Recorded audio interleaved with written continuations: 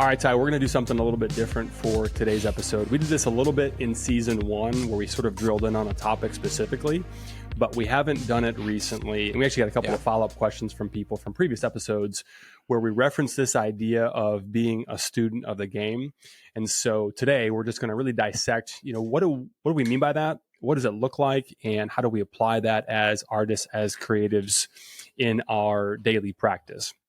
So I thought we'd start off just by throwing out our personal definitions of what does it mean. So that's what we're going to cover today is what does it mean to be a student of the game? Why is being a student of the game so important, as an artist, as a creative? And then how do we do it? Some more tactical application or ideas on how we might apply that in our day to day. So let's just start by defining each of us individually. What does it mean to be a student of the game? I'll go ahead and take first crack here. Yeah. For me, when I think of that idea of being a student of the game, I think about obsessively seeking out and applying new information from as many sources as possible. That's kind of my first crack at that definition. So to be a student of the game, it's somebody who's obsessively seeking out and applying new information from as many sources as possible. What's yours? Yeah, I think there's two things for me. Number one would be a complete and total nerd. In the absolute most amazing way, like a complete and total nerd. So I will tell people I am an art history nerd. I have no reservations about saying that at all. It's a word I absolutely love, the word nerd. I think it's a beautiful word. I absolutely love it. And the second would probably be that I would like to say that I'm a self-proclaimed either historian, critic, and I can't think of the other word I was going to use. Just overall badass. Just an overall badass. Yeah. No, I think, as we continue to push the limits of what actually qualifies us as explicit, we've acquired that label for, I think, some of the BS references. We'll see what they do with badass. Yeah. Yeah, I think like 10 or more BSs or 10 or more cuss words, and then you're kind of labeled explicit. But I was going to say a self-proclaimed elitist. So there are times I will say, I'm a self-proclaimed musical elitist or art elite because I like what I like and I love what I love. And you can't tell me I don't like or love it. Right. Mm-hmm. But I think as far as this student of the game, 100%, I'm a self-professed art history nerd. I cannot get enough. I cannot stop. And I want more all the time. Yeah. Yeah. Well, I wanted to talk about this at some point. So let's just break the seal right now. That whole idea of fill in the blank with anything. I was thinking a lot about being self-taught, which I am completely, self-taught. I didn't get any formal education, surprising nobody who's seen what I do. but I think when you're going to claim to be self-taught, there's a responsibility there. I mean, that's what you're paying for when you get a proper education that is given to you by an institution or individual who is, identifying as a teacher, as a body worthy of learning from. But if you're going to take that on yourself, if you're going to be self-taught, there's a responsibility there to do that, to teach yourself and to go out and, I wouldn't say necessarily teach yourself, right? But to go out and find teachers. And we're going to talk about that, a lot as the episode kind of goes on. But I think that that's really a responsibility, whether you've got a formal education in whatever you're doing or not. There's a responsibility for us to take ownership of that continuing self-education. Yeah, I honestly, not just in art, but in life, I just think continuing to self-educate is vital. It's so important. And I know we have some quotes that are going to kind of talk about this later, but as artists, being able to take that one step further and go after those avenues, search for those avenues, find those things to continue to feed yourself knowledge, which then in turn becomes wisdom. You take all that information in, that's acquiring knowledge. As that information settles over time and comes out, now it becomes wisdom because you've learned and you've grown and you've evolved as an artist, as a human being through that.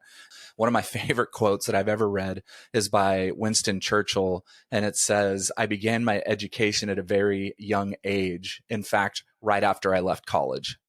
And I've always loved that quote because for me, it makes me kind of question, do we really study in school? Do we really study? Because usually when you're in school, and I'm talking about college or art school or whatever, you're kind of going through the motions and enjoying life. You're doing a whole lot of other things at that time while you're studying and learning. And I wouldn't even call it true study. For me, I just went through the motions. I made stuff. When it came to art history class, I kind of had my ears half open, but I was thinking about what I was going to make in ceramics, or what I was going to make when I'm pouring bronze, and, in postmodern sculpture class, whatever. Those things were on my mind. It wasn't these artists and their stories and how they did it and what they did and all those things. And so when I read that quote by Churchill, I went, oh my gosh, that is so right. Until this became real for me, I didn't really start digging in and trying to acquire from every single source that I could find. Does that make sense? 100%. Yeah. When we were touring colleges for our oldest, who's headed off in a few weeks here, but going back, a few months over the last year or so here, as we've been touring schools for her, she's going to study design. And so going through some of these very hands-on programs and seeing the different classes. I mean, I was not the person, I certainly wasn't the dad that you wanted on your tour if for the poor kids that were giving us, because I was like, oh, hold on, let me what did they got for tools back there? But just thinking about that, to your point, compared to how I was, when I was in school, and just sort of checking the box to, get the grade and get the credits and get the heck out of there. So yeah, I think there's a different type of energy and intensity that one puts into studying when you're actually applying it in real time and see how you're going to, be using it in whatever it is that you're trying to do. I mean, the importance of that is just insane. And I think I was very fortunate that I grew up in a family where art was a part of the family, because my mom's oldest brother was a world-renowned sculptor and raku artist. He'd shown all over the world. He had a ongoing practice, but also was the dean of an art program in Santa Barbara at UCSB. And so it was a part of the family, and my mom's grandparents were huge into art. So my grandfather was always showing me books and walking me through things and literature and poetry and art. And they had, Gauguin prints, and he'd have a Gauguin print next to a Van Gogh print framed and up, above in the main room by the dinner table. And I knew about their friendship, and I knew how they pushed each other. I knew those stories as a young age. They didn't hit me until later on in life, but I had that knowledge inside me. And I have stacks of I even have him here, stacks of his art books from his library. Just these huge books that, you know what I mean? Yeah. Those big coffee table books. I have like 10 of them that he gave me, and some that I got after he had passed from his bookshelf, that I'd sit on his lap and he'd show me these books, and we'd look through all these famous paintings. And so this knowledge continued to just fill me as a child. And as I grew older, those interests were always there and stayed there. But honestly, Nathan, I just talked about not paying attention in art school. I knew stuff, and I kind of went, oh, yeah, I know that. My grandpa taught me about that stuff in art history class. So it just kind of went in and out the year.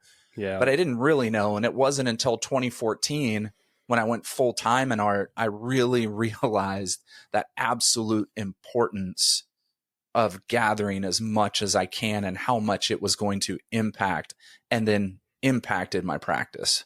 100%. Yeah, I didn't have any artists in the family, but I was certainly very fortunate that my parents had two really close friends who were practicing artists, both of whom gave me lessons. I don't really remember how long, but shout out to Doug Wessendorp and Julie Smith, who at different times, when I was quite young, I mean, I feel like I started with Doug when I was, maybe just 5 or 6 years old. And my parents saw that I just really loved, drawing and all things related to art. And I remember vividly, he'd just take me out in the woods and say, let's do, let's draw, let's expose me to different materials. And so just from a young age, just that idea of, learning by doing, but having those influences was absolutely tremendous. And I'm sure, planted the seeds for, whatever it's become since then. What else you got for us in the quote department? Yeah, there's a quote by Gandhi that I absolutely love. And he says, live as if you were to die tomorrow. Learn as if you were to live forever.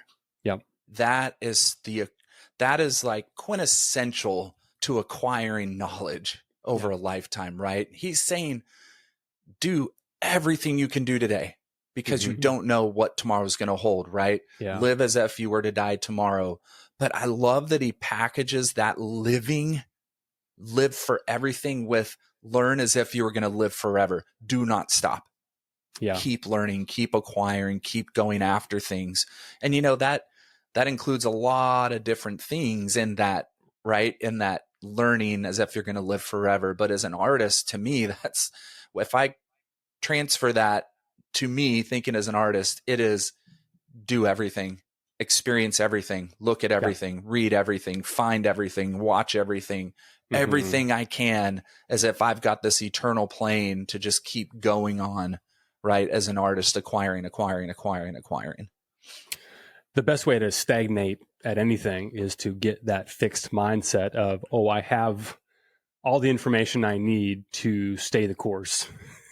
And I think that it does become more challenging as we age, where, we get to a point where it's like, I don't probably need to reevaluate the way that I tie my shoes or gas up my vehicle. I mean, there are certainly some, basic things that we can do on autopilot. But when it comes to being in the game that we're playing of, creativity and art and pushing our own work to make the best work that we're capable of in our lifetime, there's never time to stop acquiring, new information. Absolutely. And I think that piggybacks great with this Thomas Coon quote that says, the answers you get depend on the questions you ask. Yeah. And I truly believe that if you're not acquiring knowledge and self-educating yourself, you're going to have very, very few questions to ask, which means you're going to have very few answers to rely on as an artist. Right. And I think I really took that to heart years ago. I believe I read that in Art and Fear maybe 10 years ago. And that's when I went, I need to step up my game because I've all these questions about making and being as an artist that I cannot find answers for anywhere because artists don't like to talk about them most times. The art world doesn't talk about those things a lot of times. And even when I was asking questions to individuals, they weren't really giving me full answers. And so I went, well, why don't I start studying all these artists that I love over time and reading about them and reading their stories? All of a sudden, I started getting all these answers. Like when I read Joan Miró's book and Joan Miró's journals, oh my gosh, all these questions I had for years, Joan Miró was all of a sudden giving me the answers to as a young artist in his 20s in Spain. And it's like, oh, just so much stuff started coming to me once I started going to books and going to these things to try and acquire answers to all these questions I have. And it all starts with curiosity. Yeah. I mean, I don't think that I have any natural gifts apart from just an absolute superpower for an insane level of curiosity about everything. And sometimes that can absolutely be distracting and that can be a hindrance to actually getting things done and executing. But I think that as I've aged and hopefully matured just a little bit, identifying, which of those curiosities to chase and do something with and which ones to sort of set aside. But all questions start from that place of, I just wonder, what would ... fill in the blank, what comes from there. But it all begins from that place. I mean, because there's no question to ask if there's not something that we are curious about. That is the well from which the questions flow. And of course, to your point, that's what produces answers that can then push us forward and move things along. Yeah, and that goes into something we talked about recently, right? With, you talked about it in the episode with Jeremy Cowart, where you talked about just that childlike wonder, right? And just that curiosity of children and, no pressure and just creating. But what's one thing that children do better than anything? They ask a ton of questions, right? Some of the best film moments in comedies are the kids asking questions and questions and questions and questions, right? To the adult. And it just becomes, there's been TV shows that have been designed on kids asking questions, right? Comedies and things. So it's like having that childlike wonder as an adult, that enthusiasm to learn, that enthusiasm to ask, I think for an artist is extremely, extremely powerful because you're going to go searching if you're not going searching, you're going to kind of stall out at some point, and then things are going to get really hard, because they're going to be hard already. But that total search, I like to think of it sometimes as, I love vintage bookstores. I've talked about this before. It's one of my favorite things. Anytime I travel, I look up vintage bookstores and I go visit them and I search for art books. Mm-hmm. For me, the search and the hunt for books rather than ordering them on Amazon sometimes is part of this whole process for me of learning. Yeah. And so if there's a certain book I want, I'll put it to my list of my search and my hunt, and I find it in these vintage bookstores. And for me, it brings even more of a spark of wanting to read it, because I waited and I searched and I found it, rather than the instant gratification of buying it on Amazon and just comes. Because in art, we don't get instant gratification that often. Usually it's a very long process. It's a long, long road of working and trying things until you hit that moment. And then it's so beautiful because of all the hard work you put in. So that's just something I love to do that creates even more of a fun, exciting part of learning for me. Even though I love it anyways, it just adds a little something else. When you bring up the childlike wonder and curiosity that we all have, when we're kids, that made me think of something. I was just noodling on the idea of what prevents us from continuing to ask a lot of questions as we age. And I think it's mostly just fear of looking dumb, feeling as though we're supposed to have the answer to the question that we're asking. And there is something to be said for, fake it until you make it. But when you're in the presence, or when you have access to people that have an answer, or certainly a better answer that is informed by more experience, like, why not ask? So there is confidence. It's an interesting thing. I think it does require a level of confidence to be okay with looking, maybe looking a little dumb, or maybe looking a little silly in the moment. But at the end, you're going to have more information than you had before. And I think that, generally speaking, people that have knowledge, especially when you're with them in person, they're happy to share it. They're excited to share it. It's fun, to share what you've learned and to help other people learn. Like, it's an enjoyable thing to be on either end of that equation. So sort of short circuiting that, I think, baked in self-consciousness that we have around, I'm supposed to know the answer to this, or, I wouldn't want them to think that, I don't know, more than I do. It's like, no, beginner's mind, baby. That's it. Like, I don't know. Maybe I do, right? Like, I'm actually on the opposite end of the equation. This is one thing we've talked about in previous episodes, where you and I are, a little bit different. I think, which episode was it where you put the graphic up where I was like, hey, I don't know. I forget what I said. I'm definitely not an expert, never claim to be, never want to be. I'm an amateur, for life. And you're like, I kind of am. So we have different thought processes, but it takes us back to the same place of, like, we're both in consistently, asking questions, looking for more information, and trying to increase, what we can contribute, with that as well. Absolutely. And I'm such a nerd with it that I take it to practice. And I'm sure at times in museums, I'm quite annoying, because sometimes the museum attendants love to talk to me, because I go in and I ask them questions about the work that they're standing in front of day after day after day, and testing their knowledge, because some absolutely love the art and they're there because they love the art so much. And so, man, I've had some conversations with some 70 and 80-year-old, retirees, men and women at museums, who know everything about the exhibition. And we just go back and forth about the artists and what they're doing and the timelines and those things. Then there are others that are just kind of like, really?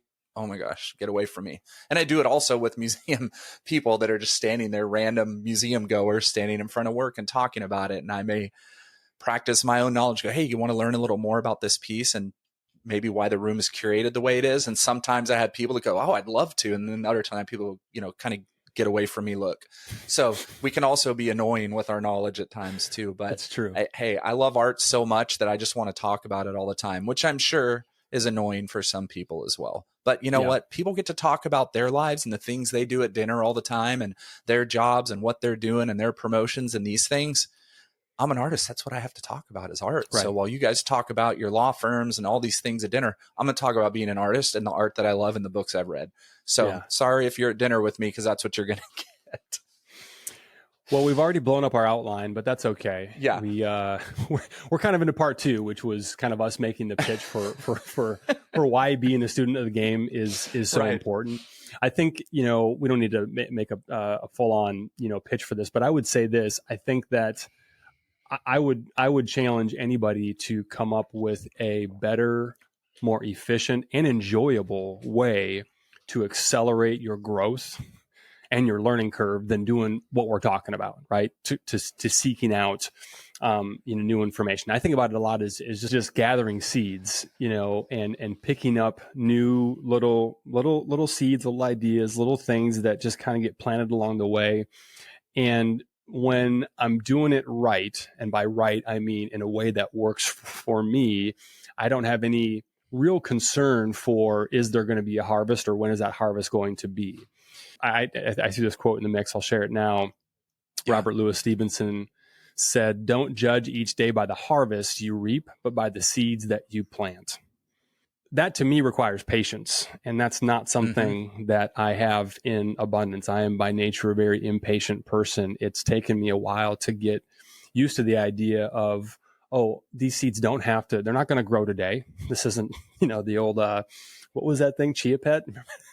This isn't an overnight, thing where they're going to grow and there's going to be something completely different waiting for us when we wake up in the morning. Like, some seeds grow quickly, some take longer. And I think of it as, we don't really know. I mean, if you're planting a garden, you've got a pretty good idea about when you're going to start to see, things sprout and when the harvest, all of those things are somewhat known. It's a different kind of seed. It's the kind where we just don't know when it's going to come to harvest or how it's going to be useful, but we just have to trust that enough of them are going to grow and are going to be able to be harvested in some way at some point down the road. Absolutely. I mean, that's part of this. That's why I love one of my mentors, Makoto Fujimura, Japanese American abstract artist, always uses the correlation of gardening with art making. Yeah. Always. There's no closer correlation to anything than gardening with art making. It's just, they go hand in hand. And so from planting seeds to investing time and care to nurture what you've planted, and then to watch those things sprout. And like, sometimes they don't bloom. Sometimes they sprout and then they die, and then the next one comes in, the next one comes in. But you have to constantly be reharvesting that.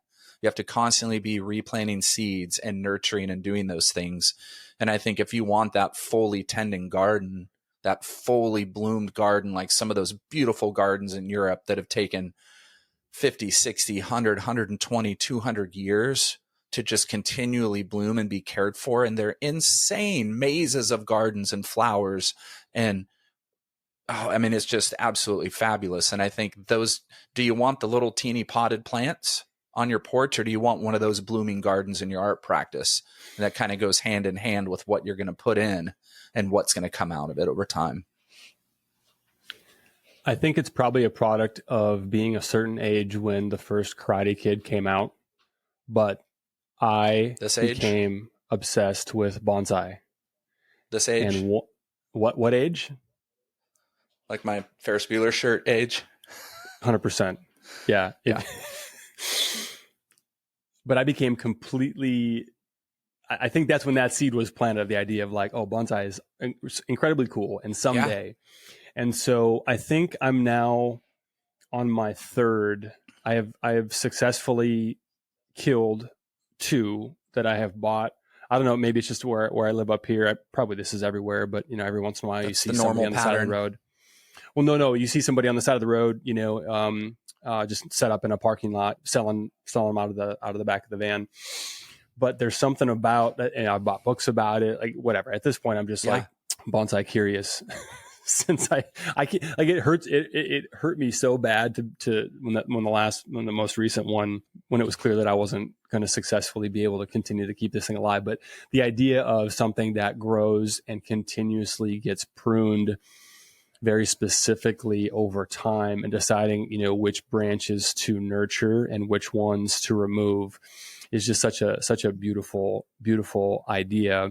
But that to me is sort of the, if we put it into one, whatever thing, one plant, it would be that, in terms of like the practice overall, something that develops, gradually over time. Certain things stay and become a very meaningful branch of our practice, and other things just exist for a little while, still serve the greater good for a period of time, and then get removed or pruned or just don't last. But I just think about, everything that we acquire along the way, it has it's purposeful, even if it's not, in the moment, because we just never know. I mean, I don't know about you, but I have moments all the time in the studio where I'm like, oh, this is like that other thing. Oh, this is like that one thing that I saw, or that one, fill in the blank. I wonder if I could apply that idea that was meant for something else, here. And the answer is almost always yes. Or it leads to a glorious mistake and failure that still contributes to the overall learning and progression.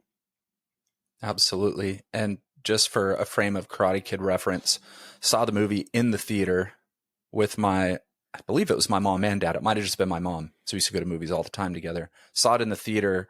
And then I believe it was the next day, I went straight to the library to check out bonsai tree books. Did you? Because I had to learn about them. I had to know more about this, and that was the first time I'd ever heard about bonsai trees at that point in time too. So, but anyways, I want to read this quote by Haruki Murakami that says, if you only read the books that everyone else is reading, you can only think what everyone else is thinking. Yeah. I love that idea of going outside the box and just not reading Rick Rubin's new book or reading the one that everybody's reading right now. Extend that collection. I think it was a C.S. Lewis quote that said, for every new book you read 2 old books or read 2 classics. It's something along that line, but it's like for every new book you read something old as well. Because there's so much life before right now. Yeah.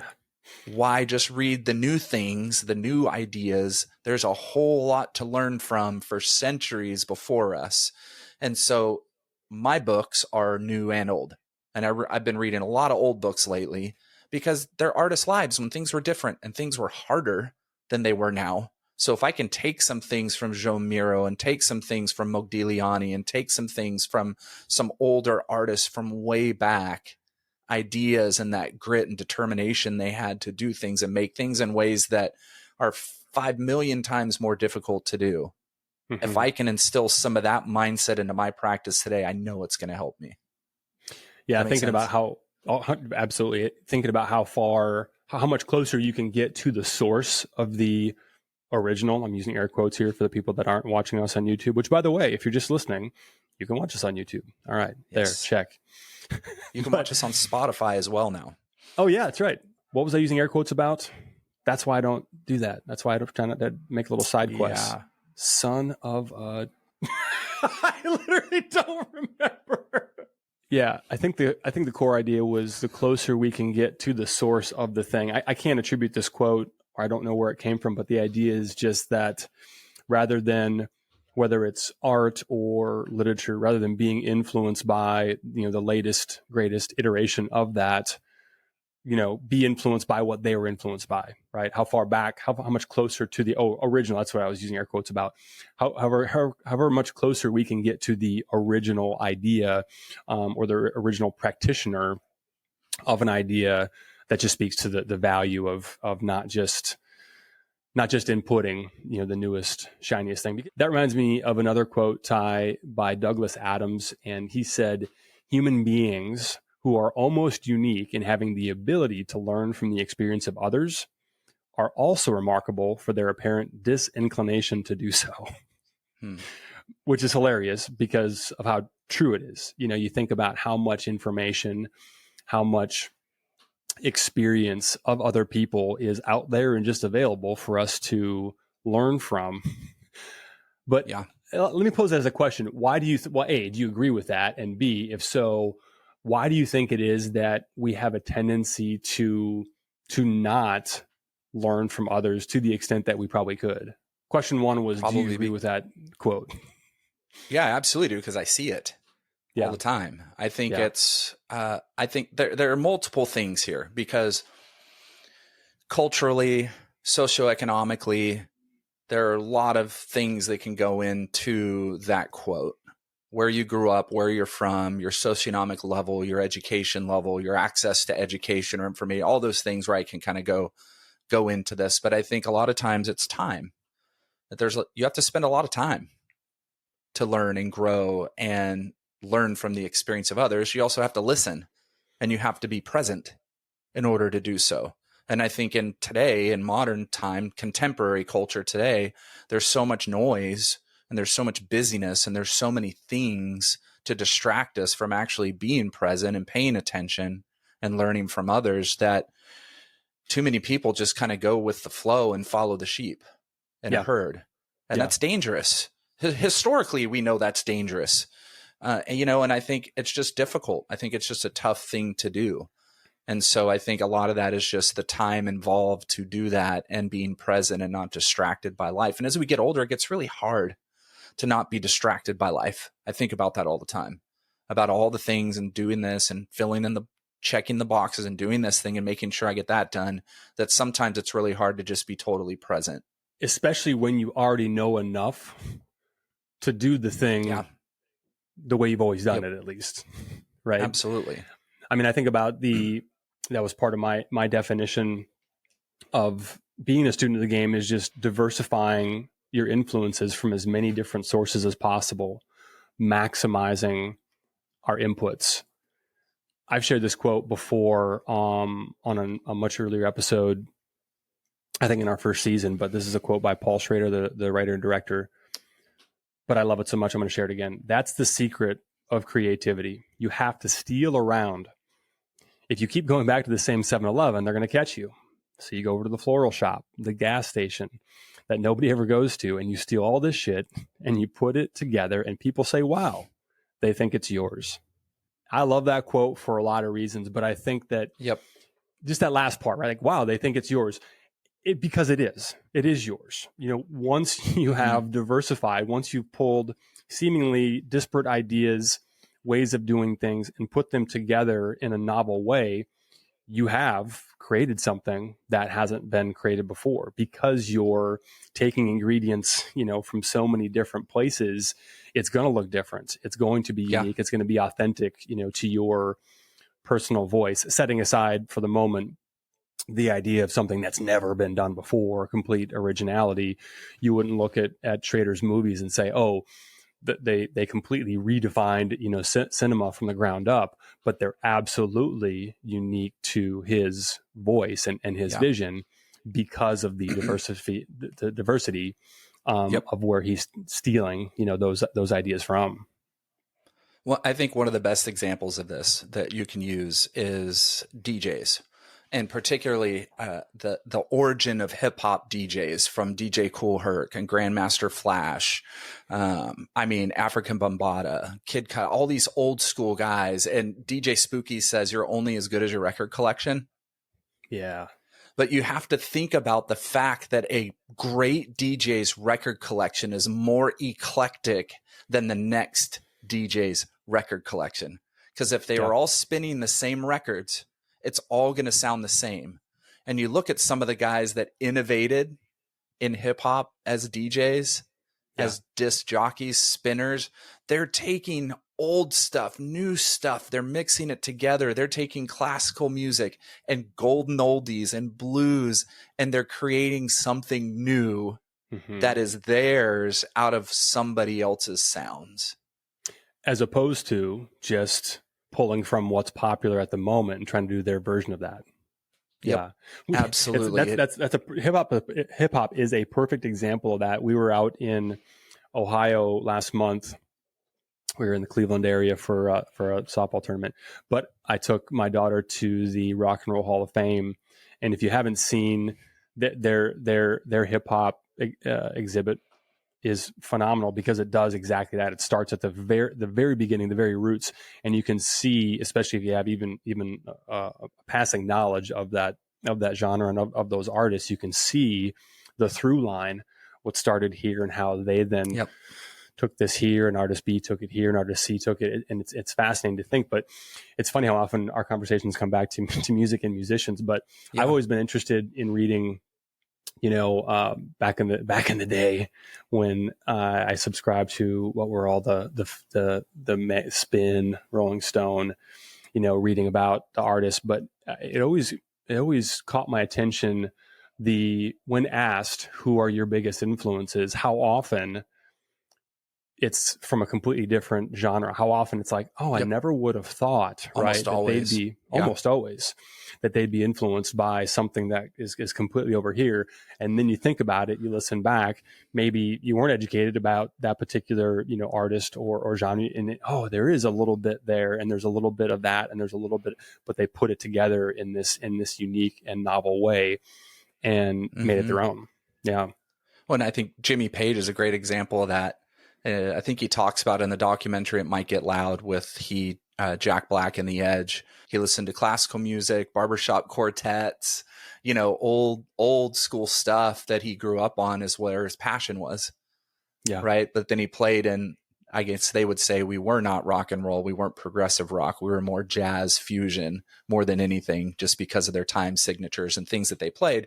But his influence was not rock and roll. He's one of the greatest considered, if not the greatest, one of the greatest rock guitarists of all time. And he didn't even listen to the music they played.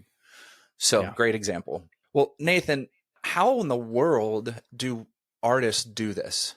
Like, what are ways for artists to deepen their knowledge, to feed into a world and a historic world that goes on for centuries? What are ways that they can attain this knowledge and bring things in and attain wisdom that helps their practice? Well, let me kick out. That's a great question. We'll close out by giving some tactical ideas on how to do this. I think I want to throw at least one more quote in the mix here. Mark Twain said, absolutely. This is a great one. The person who does not read has no advantage over the person who cannot read. The person who does not read has no advantage over the person who cannot read. In other words, if we are not, and replace read with listen, watch, whatever input, or inputs work best for you. But if we're not doing that thing, it's the same as not being able to. If we're not actively reading, it's the same as being illiterate, which I don't know about you, but I can't imagine anybody actually actively choosing, but you are effectively illiterate if you are not reading and absorbing and consuming new ideas and old ideas, consistently. So tactically, I think that diversity is the name of the game. I'm just going to list off some ways, and most of these are super, super obvious, but there's probably at least one on this list that our listener, you, dear listener, whose ears we are in right now, may or may not be doing currently. So I'm just going to rattle these off, Ty, and you can pick up wherever you'd like. But I think, so let's just start with reading the obvious one. So whether that be books about the art world, biographies, journals, autobiographies, history, watching art documentaries, listening to audiobooks. I'm a listener. I do like to read, and I always buy the physical copy so that I can, especially if it's a book that really resonates with me, I'll then go back and read it, which I'm then able to, get through a lot quickly because I already have listened to highlight, make my marks and make my notes and then translate different ideas into journals. But audiobooks are fantastic. And since Spotify added, there's a veritable library on Spotify, if that's something that you subscribe to that you can get, for free. Listening to podcasts. We listen to a ton of different, podcasts in the art space and outside the art space, partially just to get ideas on how to be better at what we're doing and get ideas about how we can improve, what we're doing. That's a great one. This is one, following people on social media and that kind of thing who give valuable information. There's some really great follows, and we can maybe list them off in a different episode or right now if you got some top of mind, but just, following people and then, DMing and reaching out. I love it when I come across a new technique, a new idea, just an artist that I really dig, just DMing saying, hey, I really dig your work. I really love what you're doing, and let that be that. And maybe that starts a conversation that, leads somewhere, just a new connection to be able to comment or receive, different ideas at some point down the future. But a few of those have actually, quite a few, as a matter of fact, have developed into like real, connections, where we can communicate about art and what we're up to. Showing up is a huge one. Going to openings, going to events, right? Like rubbing elbows, face to face, sharing oxygen with people that are doing the things that you're doing in the same world that you're trying to be a part of.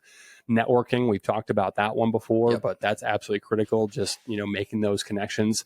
And then this is something that we've heard from you many, many times before and will again, but just looking at a ton of art. That was the list that I kind of put together. What did I miss, or which of those do you want to unpack and talk more about, if any? On the looking at art, why go look at art? Because it piques your interest in learning more about that artist. Number one, it teaches you about your own work. When you get back to your studio and you're looking at work and you've been looking at others' work, it teaches you. But one of the things that I do in my mentorship program is probably one of the favorite things that I do outside of our calls and the time I spend with the mentees is I create a research document for all of the artists who have been in my program.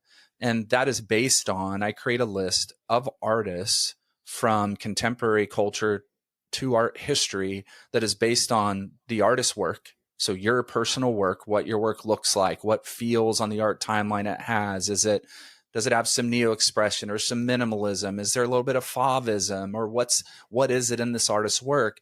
And I put together a list based on artists in history and in contemporary culture who have work and similar ideas. May not be exactly work ideas. It may be thought process and philosophy ideas in the work. And then I also take a list from the artists on work they love. What do they love? If they could take a technique from anybody, who would they take it from? And I take all these ideas and I create a list of probably, depends on the artist, between 50 to 200 artists over time.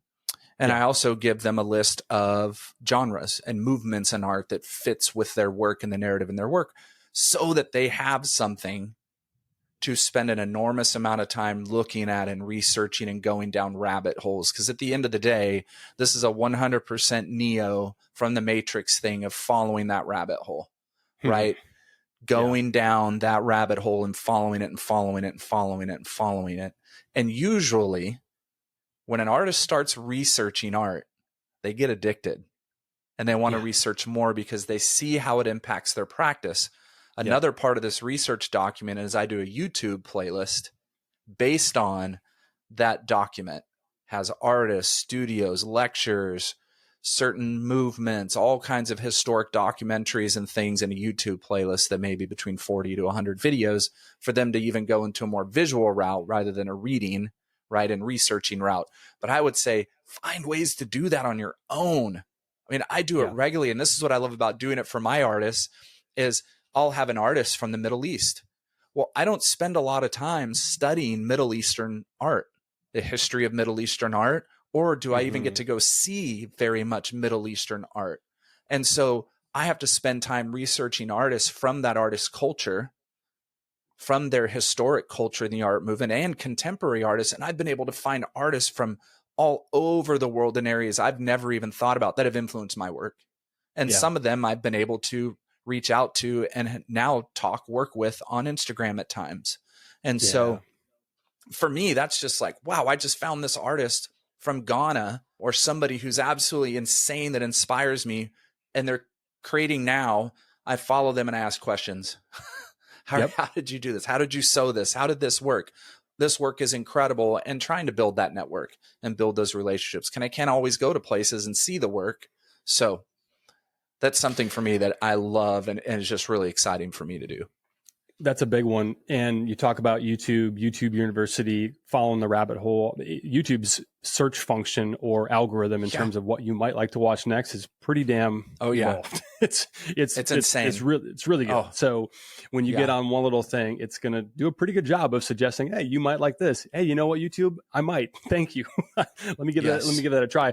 I think just in terms of, seeing other artists make work, the Art 21 videos are phenomenal. Phenomenal. Louisiana channel.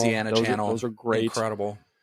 And you think about like just seeing those little mini documentaries of artists working in their studio. You see a tool, you see a technique, you see something like, ooh, what about that? I get a lot of DMs or questions about like, somebody asked me today, do you think you'll ever, would you ever teach classes? And I'm like, I wouldn't. The answer is no. I mean, I wouldn't even know how to begin to, because all I'm doing is just trying all of the different things that I'm seeing on YouTube, most of which have nothing to do with art, most of which are in the sort of construction or manufacturing space, to think about, okay, I'm always thinking about how could I misuse a technique? And I say that term somewhat tongue in cheek, but how could I take a technique and repurpose it for something completely different, that being art, and just see what happens? I've talked too about just walking through the halls of your, the aisles, there we go, of your local, hardware store and home improvement, saying, what could I do with this? And just going nuts. Because when you watch some of those videos and you see the things that some of these artists are using, it's not the typical, materials that you're going to find at your local art supply store necessarily. So just being a nerd, back to our original point, probably a good place to close, but just being a nerd about like, how much can I learn? And not just acquiring new information, but then thinking about how to apply it, right? Like, that's probably where I would, plant my flag and close out today. But just, it's one thing to acquire new information. And I would argue that just, again, collecting a bunch of new seeds has value for sure, because just having those seeds means that they're probably planted somewhere in your subconscious. You've got it in there. However, there is another step that is more proactive. It's more than it is passive, just like waiting for the seeds to kind of grow on their own. And the proactive portion of this becomes a matter of, how do I apply these? How do I take this and actually do something with it, and have little side experiments going that nobody sees, that may have nothing to do with the work that you're trying to move forward, but just little side quests, little experiments, because some of those will absolutely bear tremendous fruit. But you got to apply it. You got to try, to do something with these ideas, whether they're technique related or whether they're more habits or the way we think about the work. All of those, it's holistic, right? It's sort of that holistic approach to how can we grow as individuals, and how can those techniques, those ideas, all of that new information translate into something that we apply. Well, and there's no better time than now to start learning again. So for any of you out there who, have just put it to the curb, or haven't even thought about it, or thought about it and hadn't started, like, there's no better time than today to order a new book, go find a new book, add some new audiobooks to your playlist, get on there and search art books, artist books on Spotify or iTunes, whatever, and start listening, or on Netflix, do a search artist on Netflix or Amazon Prime, whatever, and find art documentaries, old ones, new ones.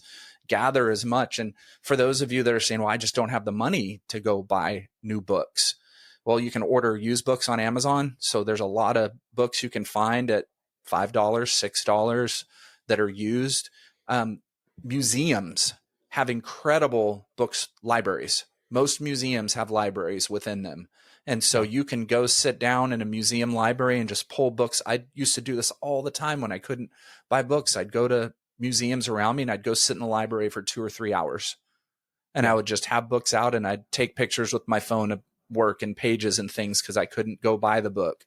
So there are plenty of ways that you don't have to spend money to buy things, and libraries still exist. So there are libraries probably in your city or your town where you can go check out books for a period of time and read them. I know that sounds very archaic and old, but they do exist. And you can actually go check out a book for a month and read a book if you can't afford to buy one for free. So plenty of ways to do it. There's no excuses. And the reason we're doing this, because we want you to grow. We want you to grow in your work and your practice. And we know that attaining that knowledge and growing your knowledge becomes wisdom, and it will impact your work. It will help your work. Do a little bit of research, go see some art, go read some books, listen to audiobooks, watch some documentaries, and just fill that brain. And what's going to happen is, the moment inspiration strikes in the studio, you are well prepared to go on like the blazes with your work. That would have been a great place to close, but I thought of one more thing. Yes. It occurs to me that we're talking a lot about thinking about art and art technique, but one of the things that I think is so invaluable about getting into the biographies, the autobiographies, and hearing about what it was actually like for these legendary artists whose names are engraved, beneath their pieces in the most, what am I trying to say? All of these artists, museums. The artists that hang in museums, the ones whose names, we would all know and aspire to be like. Being an artist can be really lonely. We can get stuck in our head sometimes. I mean, there's a lot of, it's an emotional process, right? We're trying to put something into our work to make it uniquely ours. There's going to be a lot of emotion around that. And so I think that sense that I get from reading about what it was like for those artists when they were making the work, which is, oh, by the way, where we're at right now, we are, proud to say this, but we are in the time where we are making the work. And so hearing about what it was like to make the work, I mean, this comes up often. I think that we referenced it most recently in our Helen Frankenthaler episode, but just like even Helen, even a badass like Helen, who if you just saw the work, if you just read, a couple of the most common quotes, you'd think never dealt with any fear and insecurity, absolutely did. I'm listening to 9th Street Women right now in the studio and just hearing about like, wow, the de Koonings didn't know how they were going to, Elaine had to have how many different side jobs just to keep things afloat, just to keep the lights on. They had to move because they couldn't afford. I mean, and so here I am worried about whatever little thing that I'm, poor meing about on that particular day. And you're like, oh, okay. It's not just me. This is the path. This is kind of what we've chosen. And so just understanding that what we're feeling, what we're thinking, the struggles that we have, it's nothing new. It's countless others that have come before us, and everyone who's doing what we're doing or a version of it has and is walking a similar path, which in and of itself is incredibly encouraging, just to realize like, oh, this is just part of it. It's not just me. This is just part of it. And here we go.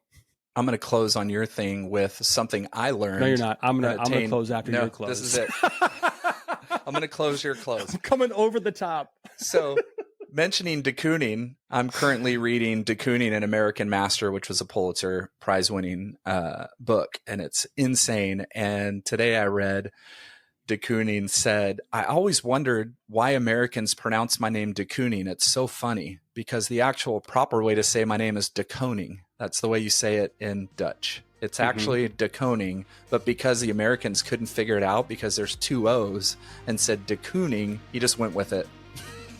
That's funny. So I learned that this morning in my reading. Anyways, for all the de Koning fans out there, we'll see you next time. I'm sorry, do people struggle with Clark? Do you all the experience time. that personally? Only if you're Scottish. I love it. Thanks for listening. Join us next time for whatever we decide to talk about then. Have a great one. Frickin' de Koning.